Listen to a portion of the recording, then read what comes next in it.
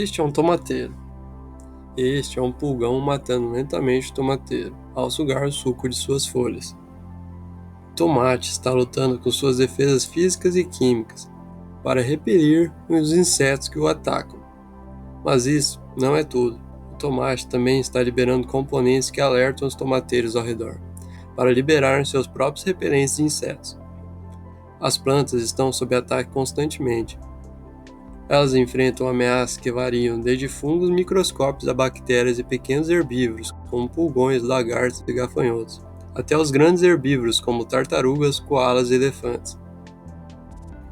Todos estão tentando devorar plantas para acessarem seus nutrientes abundantes, e a água de suas folhas, caules, frutos e sementes. Mas as plantas estão apostas como uma série de defesas internas e externas, que fazem delas uma refeição muito menos atraente ou até mesmo mortífera. As defesas das plantas começam na sua superfície. A casca cobrindo o tronco das árvores é cheia de lignina, uma rede rígida de componentes que são difíceis de mastigar e altamente impermeável a patógenos. As folhas são protegidas por uma cutícula serosa e detém insetos e micro-organismos. Algumas plantas vão mais além com estruturas dolorosas, para alertarem supostos predadores. Espinhos, agulhões e ferrões desencorajam os herbívoros maiores. Para lidar com pestes menores, as folhas de algumas plantas têm estruturas afiadas, semelhantes a cabelos, chamados de tricomas. O feijoeiro comum tem ganchos pequeninos, para apunhalar as patas dos percevejos e outros insetos. Em algumas espécies, os tricomas também liberam substâncias irritantes. Urtigas liberam uma mistura de histamina e outras toxinas, que causam dor e inflamação quando tocadas. Para outras espécies de planta, a dor vem após a primeira mordida de um herbívoro. Espinafre, kiwi, abacaxi, fucúcia e rio-barbo produzem cristais aciculares microscópicos, os chamados rafídeos. Eles podem causar pequenas feridas dentro das bocas dos animais, o que cria pontos de entrada para toxinas. A planta mimosa tem uma estratégia projetada para prevenir herbívoros de sequer mordê-la. Células mecanorreceptoras especializadas detectam o toque e disparam uma carga elétrica através do folíolo até sua base, fazendo com que as células lá liberem partículas carregadas. O aumento de carga retira a água dessas células, e elas escolhem, fazendo com que o folíolo se feche. O movimento de dobragem espanta os insetos, e as folhas murchas parecem menos atraentes para os animais maiores. Se as defesas externas são rompidas, o sistema imune da planta entra em ação. As plantas não têm um sistema imunológico separado como os animais, ao invés, cada célula tem a habilidade de detectar e se defender contra invasores.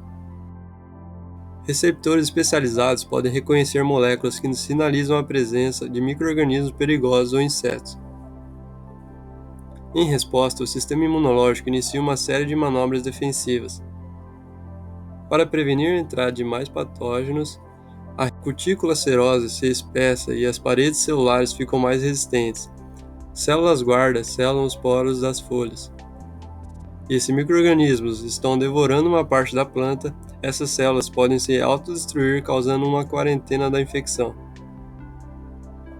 Componentes tóxicos e micro-organismos e insetos também são produzidos, frequentemente customizados para uma ameaça específica. Muitas das moléculas das plantas que os humanos adotam como drogas, medicamentos e temperos evoluíram das partes dos sistemas imunológicos das plantas, pois são antimicrobianos ou inseticidas.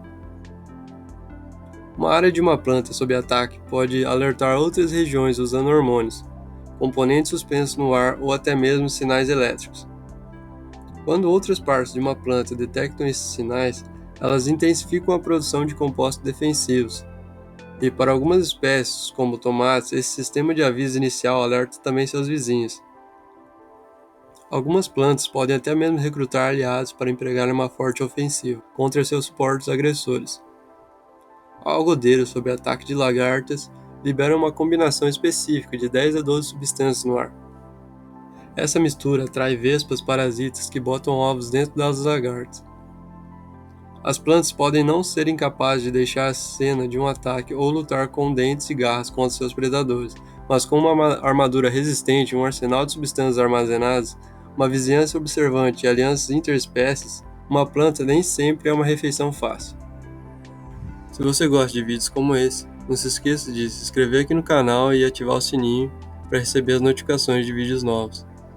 E deixe seu curtir aqui embaixo para que o YouTube entenda que esse vídeo merece ser compartilhado para mais pessoas.